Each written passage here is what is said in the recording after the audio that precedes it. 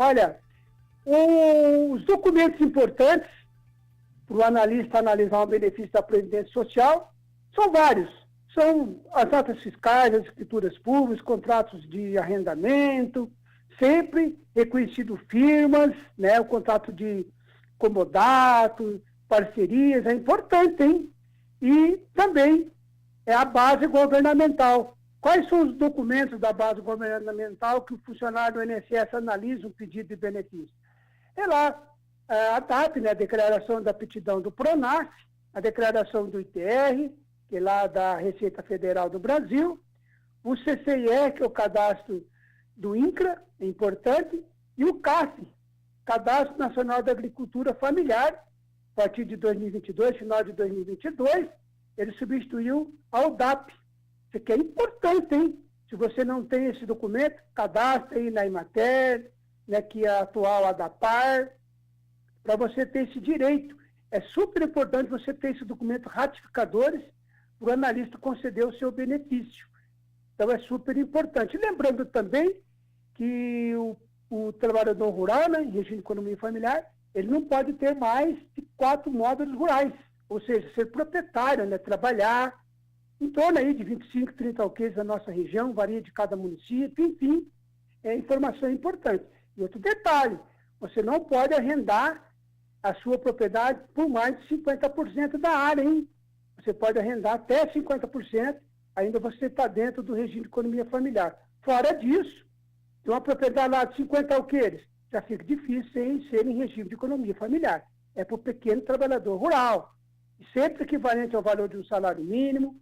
Tem mais de 30 milhões aí de brasileiros trabalhando na zona rural, que precisa desse importante benefício, tanto para a sua aposentadoria, como para o salário maternidade também, o auxílio-doença, enfim, são benefícios super importantes aí do trabalhador rural. Lembrando também que a autodeclaração rural ela é eletrônica, tem que ser preenchida com os dados corretamente.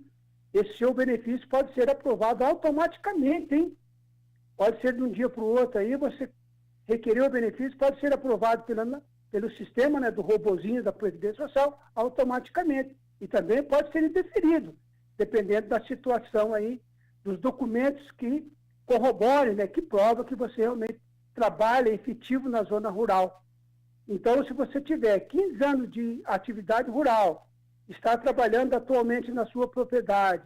Ah, mas eu moro aqui na cidade de Borrasópolis, tem uma propriedade que vizinha em Caloré. Não tem problema nenhum, é propriedade vizinha, né? Não precisa morar lá. O cidadão vai cedo e volta à tarde, não tem problema nenhum, pode. A legislação não vai descaracterizar da atividade rural. Lembrando também que os períodos que você trabalha na cidade, você não pode computar como trabalho da atividade rural. Isso aqui pode desclassificar a sua aposentadoria, pode ser indeferido por pouca coisa.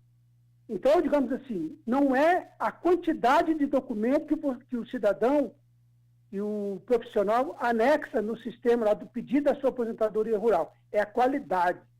É um documento super importante, muitas vezes, você lá com 4, 5 documentos, você consegue sua aposentadoria rural. Muitas vezes, outro cidadão lá com 100, 200 documentos, tem um documento lá no meio que descaracteriza ele na atividade rural. Um vínculo na cidade, um trabalhador lá numa fábrica, num comércio na cidade, pode descaracterizar tanto o marido quanto a mulher, seja individual, seja em regime de economia familiar. Então, é super importante a análise desses documentos, né? Então, a procura de um profissional, de um advogado, de um contador, que possa te orientar, é super importante, hein? Finalizando minha participação, com relação à economista que mexe com o nosso bolso, com o nosso dia a dia, enfim, e o Mercado Fox. Esse relatório é um relatório muito importante, né, divulgado semanalmente pelo Banco Central do Brasil, e é um levantamento feito por mais de 130 instituições financeiras, e traz como vai suportar a nossa economia para as próximas semanas, próximos meses, enfim. Com relação à inflação, subiu agora de 5%, reduziu um pouquinho, né, de 5,06% para 4,98% para 2023, e 2024, o mercado financeiro caiu de 3,98% para 3,92%. Já para o crescimento da economia, avançou um pouquinho, né? Pouca coisa, mas já ajuda. 2,18% para 2,19% na última semana. Já para 2024, subiu de 1,22% para 1,28%. O PIB é a soma de todos os bens e serviços, serve para medir a evolução da nossa economia. As taxas de juros atualmente estão em 13,75% ao ano, tem muitas críticas com base, em especial do governo, enfim, com a taxa da Selic. Segundo a expectativa, no final do ano deverá fechar em 12%. Há uma expectativa de redução nessa taxa de juros até o final do ano. Já para 2024, permaneceu em 9,5% ao ano, que é a taxa da Selic. Com relação ao dólar, agora a taxa de câmbio no final de 2023, manteve em R$ 5,00. Já para o próximo ano, 2024, prevê também que um dólar manteve em R$ 5,08.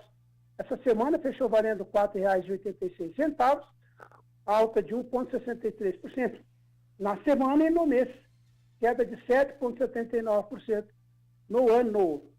Balança comercial deve ficar em 63,76 bilhões de dólares.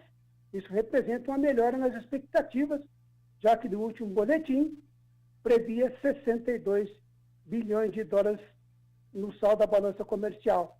Investimento estrangeiro, o mercado prevê o direto aqui no Brasil, 79,5 bilhões de dólares em 2023, contra a estimativa da semana passada de 78,8 bilhões de dólares.